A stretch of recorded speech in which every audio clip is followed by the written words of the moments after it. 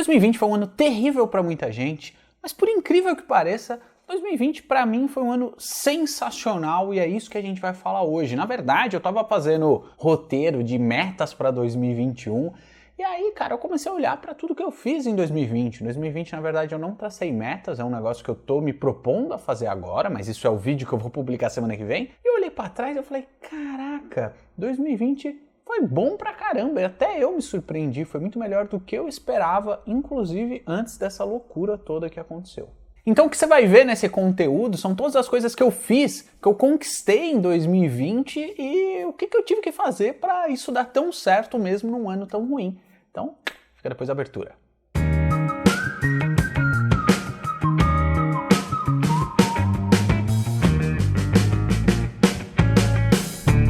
E aí, Econowicker Sussa, eu tô ótimo e aliás, já falo o que você achou do visual Cezinha 2020 com bigodei. Deixa aí seu comentário, César com bigode, ou se você não gostou, César arranca o bigode, que aí a gente vai trocando essa ideia. No último vídeo que eu fiz no ano passado, que eu falei dos 4 sinais que indicam se você é bem sucedido e tem tudo pra continuar vencendo na vida, uma das coisas que eu pontuei, que a galera curtiu bastante inclusive, é que de vez em quando a gente tem que parar pontualmente pra fazer algumas reflexões, olhar pro nosso passado, pro nosso ano passado, pra 5 anos antes e ver tudo que a gente conquistou, tanto que a gente evoluiu, e é justamente isso que eu vou fazer nesse vídeo, olhando tudo que eu conquistei em 2020 e dividir um pouquinho dessa experiência aí com vocês. E como você já deve saber, esse conteúdo aqui só é possível graças ao patrocínio da Corretora Toro, que é nossa parceira aqui de conteúdo no Econoweek, e é por lá que eu invisto a minha grana. Aliás, quais são as vantagens que a Toro oferece, apesar de você poder escolher aí a corretora que você quiser? A Toro é corretagem zero de verdade, é corretagem zero para tudo, não é só para ações, não é só para mini contratos, não é só para fundos de investimentos imobiliários, não é só para renda fixa, é para tudo isso. E se você prefere investir a partir de fundos de investimento, sejam eles fundos de investimentos imobiliários, de ações, renda fixa, multimercado, na Toro todos têm cashback, então isso aumenta a sua rentabilidade, além de não te pagar taxa para nada. E outro diferencial é que a Toro é uma das pouquíssimas plataformas que não precisa de home broker para investir na bolsa, que facilita muito a regra do jogo. Eu tô deixando o link deles aqui na descrição, dá uma olhadinha, eu acho que você vai curtir. Então bora pro conteúdo. Como eu tava te falando, eu tava escrevendo um roteiro das minhas metas para 2021, que eu vou publicar aí na semana que vem, fica de olho, e eu comecei a revisitar tudo o que eu fiz em 2020 e, cara, foi uma surpresa muito gostosa. Não foi a primeira vez que eu parei para refletir 2020, teve alguns outros momentos, como por exemplo, quando eu mudei de AP, eu tava desmontando a prateleira, que era praticamente a última grande coisa que eu tinha que fazer da mudança, e caraca, eu pensei tudo que eu conquistei naquele apartamento, que não foi só exatamente em 2020, foram nos últimos 3 anos, e também quando eu comecei a olhar para a planilha de receitas e despesas do Econoweek, que eu falei, caraca, 2020 foi bom pra caramba, apesar de tudo. Então vamos para os grandes números, começando pelo próprio Econoweek. Cara, olha só o que eu anotei. No YouTube do Econoweek, a gente teve um crescimento de 35 mil inscritos em 2020. Pra gente é coisa pra caramba, porque a gente saiu da casa aí de uns 40, 45 mil seguidores e foi para 78 mil seguidores, é um crescimento de 81%. Inclusive, isso me levou a fazer algumas contas e ser ainda mais arrojado na minha projeção, nas minhas metas para 2021, que eu vou querer um crescimento para o YouTube ainda maior do que esse. Cara, foi um ano bem difícil e a gente teve um crescimento de quase dobrou o tamanho do YouTube do Econoweek, além de inovar em formatos de vídeo, conteúdo, várias ideias novas. Trouxemos um monte de conteúdo legal e trouxemos um monte de pessoas especiais. Só para você ter ideia, no finalzinho de 2020 a gente marcou uma live com Mamãe Falei, o Arthur Duval, e com a Manuela Dávila. E a gente apanhou de todo lado, mas eu acho que foram 2 conteúdos muito marcantes, além de vários outros que a gente fez. Outra coisa marcante de 2020 é que a Yolanda saiu do emprego dela para se dedicar exclusivamente ao Econoweek e, cara, tá dando super certo. 2019 foi um ano, cara, financeiramente muito ruim para a Econoweek. A gente fechou no vermelho, eu vou falar disso em seguida. E 2020, uma das provas de que está sendo muito bom é que a Yolanda saiu do trabalho dela. Hoje somos nós dois, mais o nosso editor, o Diegão. E, cara, tá dando certo, a gente tá dando conta de cobrir com todos os nossos custos, pagar o salário de todo mundo num ano totalmente desafiador. Então Então é outro bom sinal de que as coisas estão dando super certo. E detalhe, a Yolanda saiu do Guia Bolsa, lá o antigo emprego dela, que ela ganhava super bem, no meio dessa loucura toda. Então, cara, não tem como reclamar de 2020 nesse aspecto. Uma coisa muito legal que eu conquistei em 2020 foi a mudança de AP para esse aqui. Eu fiz um vídeo mostrando meu APzinho velho, que, cara, foi uma fase muito gostosa que eu passei lá. Um AP de 40 metros quadrados, eu fiz um vídeo falando disso, tô deixando o link aqui embaixo, ou num card aqui em cima também, que você consegue clicar e assistir. Mas, cara, eu já tava meio de saco cheio daquele apartamento por alguns motivos que eu falei nesse conteúdo, nesse vídeo aí, que eu deixei o link para vocês. Eu vim para esse AP super massa. Aliás, eu tô prometendo, né, fazer um vídeo desse AP. Se você tiver afim e acha que vale a pena, que é um AP grande pra caramba, 180 metros quadrados, economizando quase R$1.000 só de aluguel, que eu divido com outros brother. Se tiver afim de um tour, deixa esse comentário que eu posso fazer. Voltando pro EconoWeek, em 2020, financeiramente, foi um ano sensacional. Não dá para reclamar, porque em 2020 a gente faturou quase R$500 mil aqui no EconoWeek. É lógico, né? Isso não significa que eu peguei R$500 mil e enfiei no meu bolso. Essa grana que entra, a gente paga imposto, paga salário de funcionário, paga contador, reserva grana para outros serviços que a gente tem que contratar, Google Drive, uma série de assinaturas de softwares, etc. Mas, cara, não dá para desprezar. Uma empresa que faturou R$500 mil em 2020, um ano que foi R$500 mil, não, quase R$500 mil, mas foi um ano desastroso para muita gente, apesar de servir como releitura, repensar tudo, e foi o que a gente fez. Mas, cara, a gente faturou quase R$500 mil vindo de 2019, que a gente fechou no vermelho. Foi um resultado sensacional para um período totalmente inusitado que foi 2020. E tudo isso foi possível por conta, lógico, do nosso esforço, mas também por conta de marcas parceiras que fecharam parceria com a gente, que acreditaram no nosso trabalho de educação financeira, que fala de finanças e investimentos, como você já está ligado, e as marcas como a própria Toro, que é patrocinadora desse canal oficialmente e patrocinadora desse conteúdo, mas teve outras marcas que continuam sendo nossas parceiras, outras não, mas todas fizeram muito sentido, são marcas que a gente admira, uma MetLife, a própria Toro, o Itaú, a Metmoney, a Hearst, a Magnetis.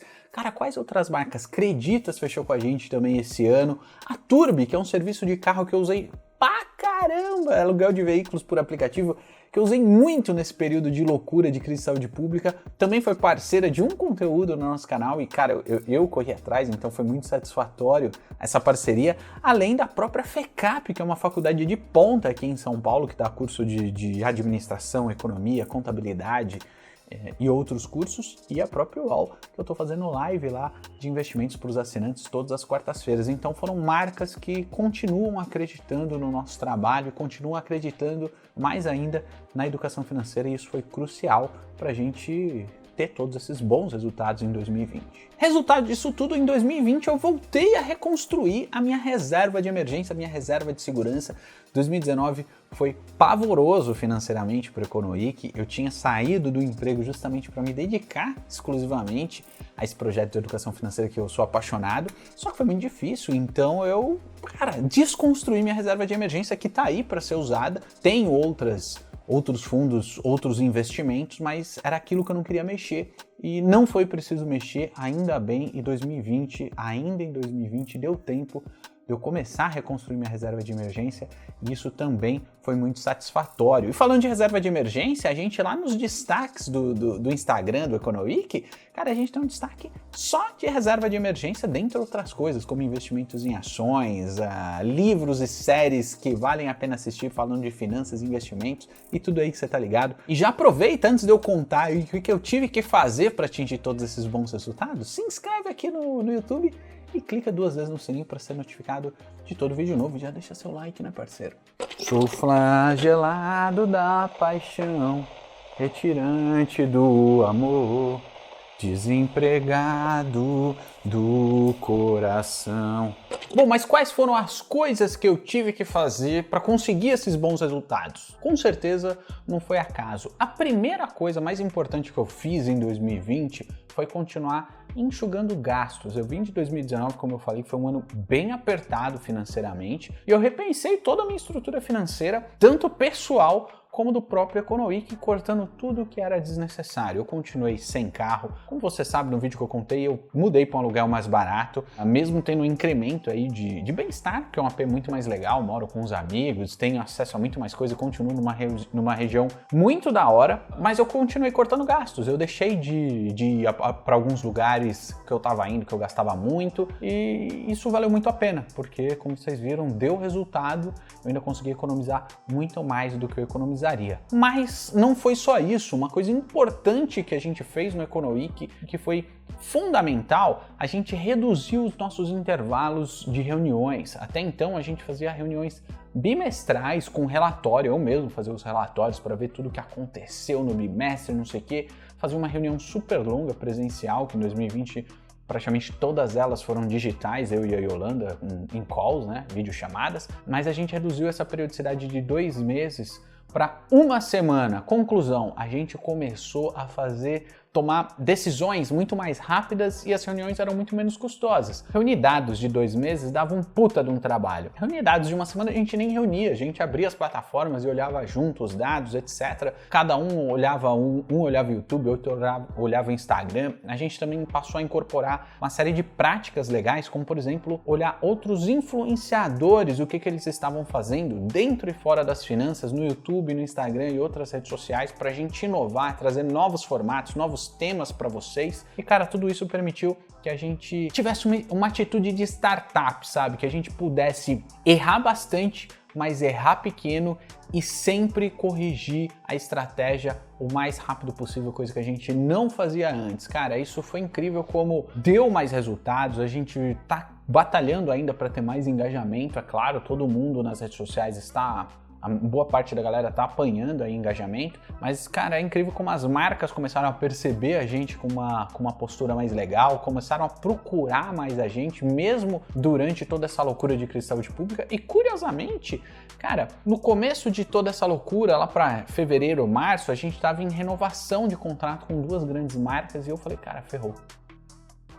Era o auge do desespero, não sei se você lembra disso, e eu falei, ferrou, cara, a gente vai perder essas 2 renovações contratuais e vai ser o baque final. 2019 tinha sido hiper difícil pra gente, e não, por incrível que pareça, rolou aí alguns atrasos de alguns parceiros nos pagamentos que tinham que fazer, o que é super compreensível num período de tanta incerteza como a gente estava vivendo. E dali para frente, cara, a gente só renovou o contrato, só conseguiu novos clientes que faziam e continuam fazendo super sentido para a proposta do Econoweek. Inovamos em formatos, como a gente insere as marcas dos parceiros. Você lembra que a gente inseria no final, agora a gente insere no começo. Isso é só um detalhe, porque a gente vem inovando em formato, etc. E vamos seguir inovando. Se você tiver alguma sugestão, manda aí pra gente. Foi basicamente isso, a gente tomou essa postura de startup, assumimos os erros, repensamos as estratégias com muito mais agilidade, isso deu muito resultado, enxugamos a estrutura de custos do Econoweek, continuamos nos reinventando,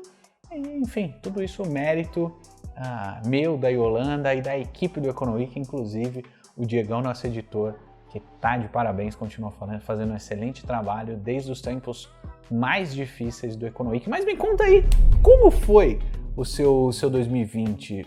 Cara, na real, em 2020 eu trabalhei o triplo do que eu trabalharia, tive muito resultado, mas não foi esse mar de rosas como talvez tenha parecido. Foi um ano difícil, com muita incerteza, muita ansiedade, mas passamos. E agora que vem o 2021 que tá aí começando,